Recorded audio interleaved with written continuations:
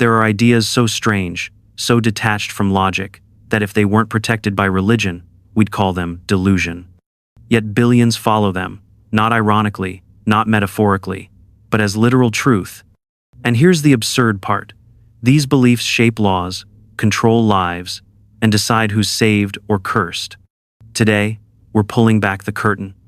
Not to mock, but to understand how absurd beliefs survive in the age of science, and why people still defend them like sacred truth. Because, once you see how deep it goes, you might start questioning more than just religion. The holy paradoxes. In India, a starving man won't touch a cow, not because he can't, but because he mustn't. The cow is considered divine. Children go hungry beside an animal that could feed them for weeks, and mothers pray in temples filled with gold while the creature that could save their family wanders free, decorated with flowers.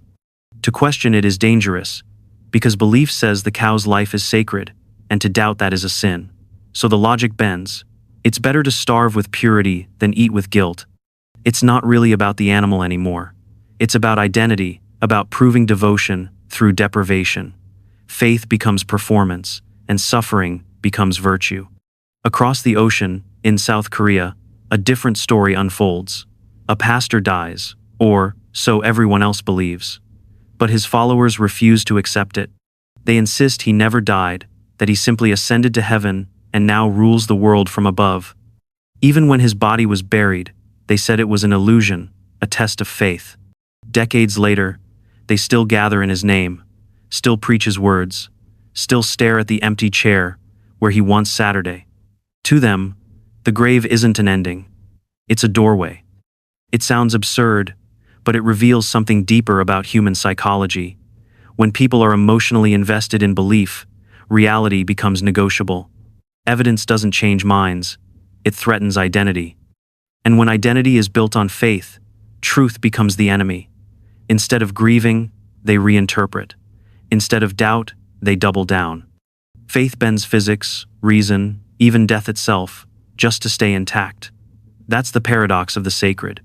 It can turn compassion into cruelty and denial into devotion. The more irrational a belief is, the more fiercely it's defended, not because it makes sense, but because it must. Science? Optional. In some classrooms around the world, children are still taught that the Earth is only 6,000 years old, that humans once walked beside dinosaurs, that a man named Noah built a wooden boat big enough to fit every animal on Earth, from lions and elephants to insects and birds, and somehow sailed through a global flood that wiped out the rest of humanity.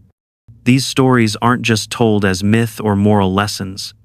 They're presented as literal history, not belief, curriculum. Teachers forced to pretend that fossils are tests from God, that evolution is just a theory, that science itself is suspicious.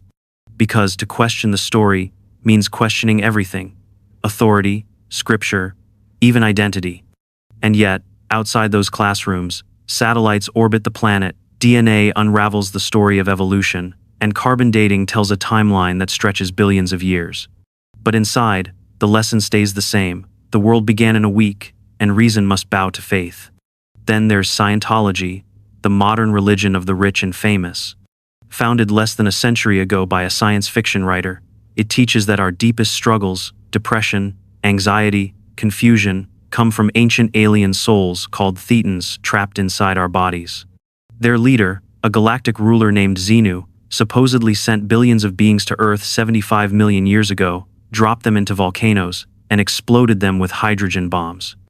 Those spirits, they say, still cling to us. The solution? Pay thousands of dollars for counseling sessions to clear your soul. It's belief turned into business, faith with a price tag, and the higher you climb, the more it costs. Some religions promise heaven. This one sells it, and people still line up to buy. Pain as proof. In rural churches across America, faith isn't just spoken, it's tested. Believers lift venomous snakes with shaking hands, dance as the rattles buzz, and drink poison from glass jars in front of cheering congregations. They call it worship. If they live, it's proof that God protects them. If they die, it's not failure, it's divine selection. Their deaths become testimonies, their funerals called celebrations of faith. The logic is circular, but emotionally unbreakable. Survival means God's favor. Death means eternal reward. You can't lose if every outcome is holy. Thousands of miles away, in the Philippines, men reenact the crucifixion every Easter. Not symbolically. Literally. They drag heavy wooden crosses through crowded streets, their backs torn open by whips, until nails are hammered through their hands and feet. Tourists film. The crowd prays. And these men hang there under the burning sun, convinced their agony brings forgiveness, not just for themselves, but for everyone watching. The church discourages it, but that doesn't matter. The ritual is stronger than reason. Because when pain becomes sacred, logic doesn't stand a chance. The pattern repeats everywhere. Saints who starve themselves, monks who kneel for hours until their bones crack, believers who crawl for miles toward temples on their knees. All built on the same idea, that suffering cleanses, that comfort corrupts. Pain becomes a ladder to heaven, and the more it hurts, the closer you're climbing. It's a theology that glorifies pain and fears peace. Because comfort makes people question, and questioning makes people dangerous. So believers hurt themselves to feel pure, they bleed to feel chosen. And in the echo of their cries, faith finds its favorite sound, devotion proven through suffering. The prophets of faith. In parts of Africa, pastors spray insecticide directly into people's faces and call it the Holy Spirit. Congregations cheer as men and women choke, cry, and collapse, believing that the pain is purification. Others make their followers eat grass, drink bleach, or lie on the ground while they stomp on them in the name of deliverance. These aren't isolated incidents, they're public spectacles. And when victims recover, it's called a miracle. When they don't, it's blamed on weak faith. Either way, the pastor gets paid. Faith has become a business model. The more dramatic the ritual, the more money it makes. In some churches, people are told to plant a seed, a donation that guarantees divine reward. They empty their wallets, sell their possessions, and hand over their savings, believing that God will return it 100-fold. When nothing happens, they don't question the system.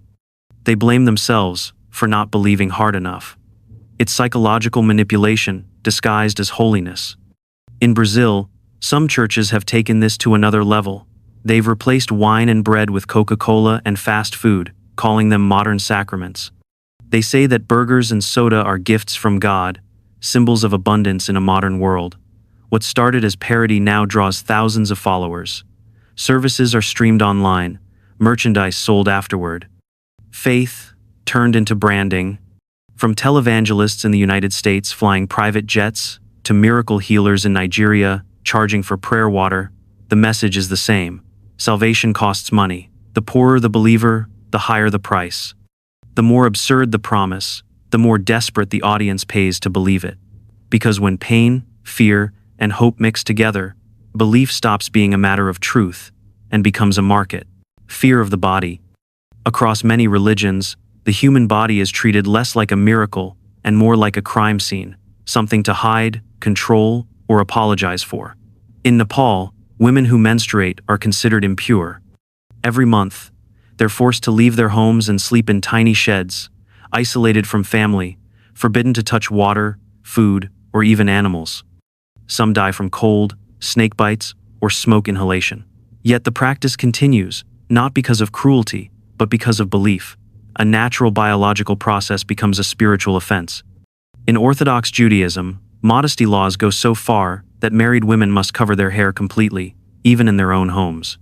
To do that, many wear wigs made from the hair of other women, sometimes from entirely different cultures or religions.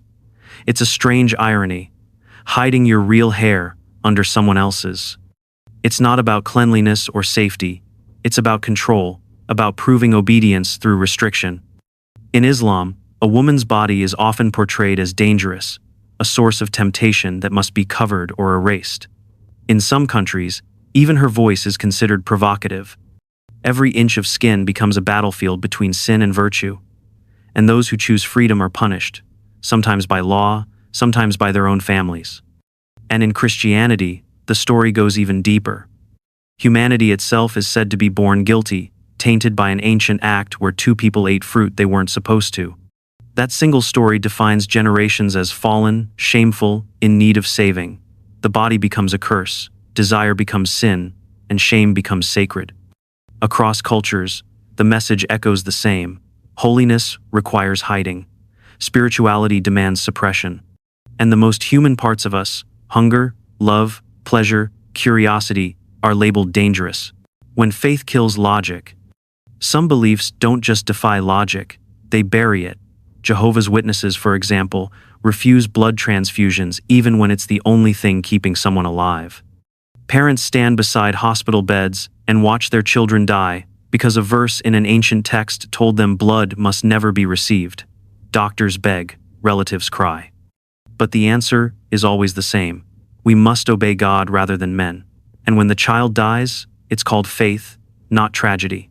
That's what happens when devotion outweighs reason. Thousands of miles away, in the Pacific Islands, entire villages once watched Western soldiers arrive during World War II with food, radios, and airplanes. The locals had never seen technology like it, so they drew one conclusion: the sky gods had arrived. When the soldiers left, the tribes built fake runways, bamboo control towers, and wooden headsets, hoping the gods would return with gifts. These cargo cults still exist today, people marching in formation, saluting empty skies, waiting for planes that will never come. It's a perfect metaphor for blind faith, repeating rituals that once brought results, even when the world has moved on. And then there's Siberia. A former traffic officer now claims to be the reincarnation of Jesus Christ. He dresses in white robes, lives in the mountains, and commands thousands of devoted followers. They leave their homes, give him their savings, and call him the teacher. He preaches peace, love, and obedience, but his word is absolute. For his followers, the man's face replaces God's. Every century brings new prophets, new rules, new holy books, but the pattern never changes. People choose belief over evidence, obedience over truth, and in that choice, logic quietly dies. The cost of sacred lies. There's a quiet cruelty hidden beneath the word faith. In some places, people are still exorcised for mental illness, beaten, starved, or restrained, as priests scream at invisible demons. Schizophrenia becomes possession. Depression becomes sin. Instead of doctors, they're given holy water. Instead of therapy, they get trauma disguised as healing. And when they don't recover, they're told they didn't believe hard enough. Elsewhere, people are killed for blasphemy, not metaphorically, literally executed because they said the wrong thing about the wrong God, burned, hanged, or stoned for words. Every religion claims peace, but almost all have shed blood in the name of protecting their version of truth, and it's always justified with the same excuse: God willed it. Children grow up hearing that demons hide in their thoughts. They learn to fear their own minds, their own questions, their own curiosity. Doubt becomes dangerous. Imagination becomes sin. Women are told that obedience is holy, that their silence honors God, that their submission is strength. And men? They're promised entire planets after death, kingdoms filled with eternal wives, galaxies waiting to be ruled. The afterlife becomes a cosmic bribe to keep them compliant in this one. All of this survives because of one commandment that exists in every faith, spoken or unspoken. Don't question it. Don't ask why innocent people suffer. Don't ask why miracles never happen on camera. Don't ask why God always sounds suspiciously like the men in charge. Because the moment you ask, the illusion cracks. And when belief depends on fear, questions are the ultimate sin. That's how absurd ideas last for centuries, not through truth, not through evidence, but through the terror of asking why. The pattern behind it all. Every absurd belief begins innocently, as an idea, a story, a way to explain what couldn't yet be understood, a metaphor meant to guide people, to comfort them, to make sense of chaos. But with time, stories harden. Metaphors turn into rules, and rules become law. Once something is labeled sacred, it stops being questioned. And when questioning dies, reason dies with it. It's a pattern older than civilization itself. People create myths to control fear, then those myths control the people. What begins as wisdom becomes dogma. What begins as culture becomes commandment. And suddenly, the story that was meant to serve humanity starts demanding that humanity serve it. The moment belief becomes identity, truth becomes negotiable. Because evidence can change, but ego won't. The real danger isn't the belief itself. It's the immunity that comes with it, the sacred shield that says, this cannot be criticized. That's when ideas become untouchable, leaders become infallible, and blind faith replaces thought. It's why people defend things they don't even understand, why they'd rather silence doubt than face it. Faith, when protected from scrutiny, can justify anything: cruelty, control, even killing, all wrapped in the language of righteousness. That's the power of sacred lies. They survive not because they make sense, but because they're never allowed to be challenged. Every generation inherits these stories and calls them truth. But history always catches up. What's holy today becomes superstition tomorrow, and what's mocked as heresy today often becomes progress in the end. The pattern behind every religion, every cult, every sacred absurdity is simple. Belief comes first, evidence comes later, if ever. And until questioning becomes sacred too, truth will always be optional. Beliefs shape the world. They build nations, inspire art, start wars, and give people something to die for and to live for. But so does doubt. Doubt is the quiet counterweight that keeps us honest. It's the small voice that whispers, "Are you sure?" when everyone else is shouting, "Believe." Without it, faith becomes tyranny and tradition becomes a cage. Every religion we now call absurd was once considered sacred truth. People killed and died defending ideas that, today, we teach as mythology. And someday, the things we defend now, the symbols, the systems, the unspoken rules, might look just as foolish to those who come after us. That's the cycle of belief. It rises, it rules, and eventually, it rots.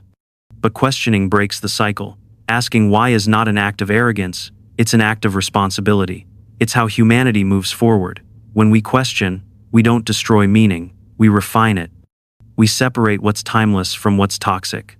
We take inherited stories and decide which ones still deserve to survive. The goal isn't to mock faith, it's to prevent faith from turning into blindness. Because history has shown what happens when it does, when devotion outweighs empathy, when obedience replaces thought, when people choose comfort over truth. So, if this video made you think, share it. Not to attack religion, but to remind others that thinking is sacred too.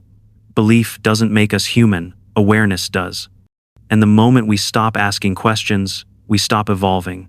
Because truth doesn't fear scrutiny, only lies do.